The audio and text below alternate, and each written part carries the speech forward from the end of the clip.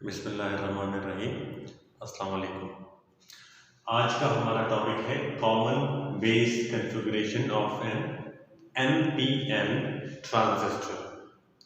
NPN transistor, इससे पहले हम ट्रांजिस्टर पढ़ चुके हैं कि दो किस्म के होते हैं, पीएनपी और एनपीएन, लेकिन ज़्यादा डिटेल से हम एनपीएन पढ़ेंगे क्योंकि एनपीएन ट्रांजिस्टर में इलेक्ट्रॉन्स चार्ज कैरियर होते हैं और इलेक्ट्रॉन्स की मोबिलिटी चूँकि होल्स के मुकाबले में 3 टाइम्स तक तकरीबन ज़्यादा होती है, इसलिए प्रेफर किया जाता है एनपीएन ट्रांजिस्टर। एक 3 पोर्ट डिवाइस होती है ट्रांजिस्टर, हम इसके बारे में बात कर चुके हैं।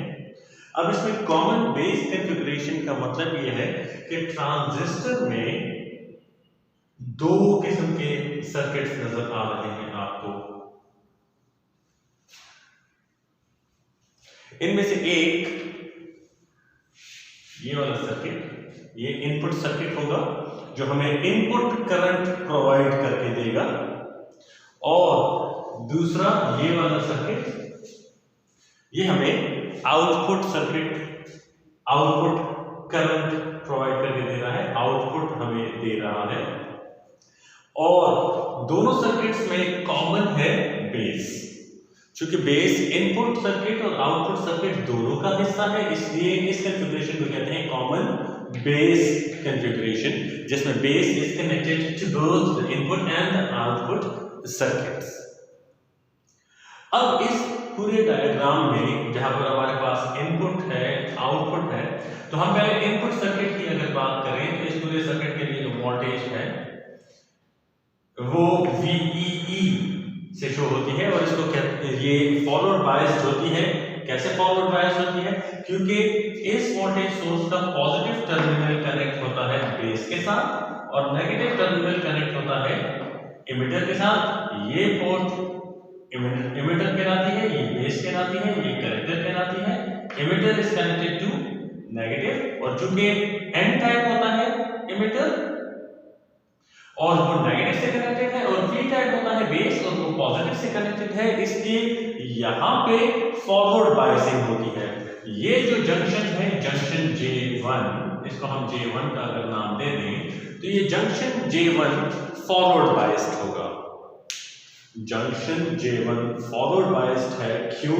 क्योंकि इस जंक्शन में N और P एरियाज में, रीजन में से P रीजन को हमने कनेक्ट किया हुआ है positive terminal of the battery के साथ, और N रीजन को कनेक्ट किया हुआ है नेगेटिव रीजन के साथ। तो यहाँ पे इस फॉरवर्ड बायसिंग के जो पोटेंशियल है वो फॉरवर्ड बायसिंग पोटेंशियल VEE से शो हो रहा है। अब आते हैं आउटपुट साइड पे। अब आउटपुट साइड में भी P और N आपस में अगेन एक जंक्शन बना रहे हैं, इसको हम लेट से नाम दे देते हैं J2 का। अब ट्रांजिस्टर में चूंकि हमें एक जंक्शन को पॉजिटिव और एक को नेगेटिव रखना होता है ताकि ये एक्टिव रीजन में रहे और एक्टिव रीजन में काम कर सके। जैसे कि हम पहले भी डिस्कस कर चुके हैं ट्रांजिस्टर्स में कि अगर एक जंक्शन फॉरवर्ड बायस्ड और एक जंक्शन नेगेटिव रिवर्स बायस्ड हो तो उस कंडीशन में ट्रांजिस्टर एक्टिव रीजन में होता है, और एक्टिव रीजन में होने की वजह से ट्रांजिस्टर एम्प्लीफिकेशन का काम करता है। तो ट्रांजिस्टर को एम्पलीफायर के तौर से यूज करने के लिए हमें एक जंक्शन को अगर फॉरवर्ड बायस्ड बनाना है तो दूसरे जंक्शन को हमें नेगेटिव रिवर्स बायस्ड बनाना होगा। अब रिवर्स बायस्ड का तरीका ये है कि हम बेस को फिर कनेक्ट कर देते हैं नेगेटिव के साथ, और जो हमारे पास यहाँ पर कलेक्टर है उसको कनेक्ट कर देते हैं पॉजिटिव के साथ। क्योंकि कलेक्टर एन टाइप होता है, एन को पॉजिटिव से और पी टाइप होता है बेस, तो बेस को पी टाइप और नेगेटिव से कनेक्ट करने के बाद ये जंक्शन रिवर्स बायस्ड बन जाता है। तो इस तरीके से ये दोनों जंक्शंस, एक फॉरवर्ड बायस्ड हो गया, एक रिवर्स बायस्ड हो गया, तो ये ट्रांजिस्टर एक्टिव रीजन में हो गया और अब ये एम्प्लीफिकेशन कर सकता है। अब ये जो रिवर्स बायस्ड हमारे पास पोटेंशियल है, उस पोटेंशियल को फिर हम नाम देते हैं VCC का। करंट हमारे पास जो डेवलप होता है, यहां बेस की तरफ जो करंट जाएगा तो वो IB से शो होता है, यहां इमिटर से जो करंट निकलता है वो IE से शो होता है और यहाँ कलेक्टर में जो करंट आता है वो IC से शो होता है। ये तो हमारे पास फॉरवर्ड बायसिंग और रिवर्स बायसिंग की पोटेंशियल्स हैं, लेकिन इन करंट्स को फ्लो करने के लिए हमें यहाँ पे कुछ वोल्टेज अप्लाई करना पड़ता है।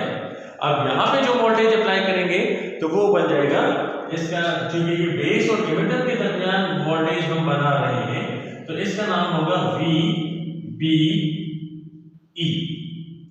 इसी तरह यहाँ कलेक्टर और बेस के दरमियान जो वोल्टेज बनेगा, आउटपुट कैरेक्टरिस्टिक इसको कहते हैं।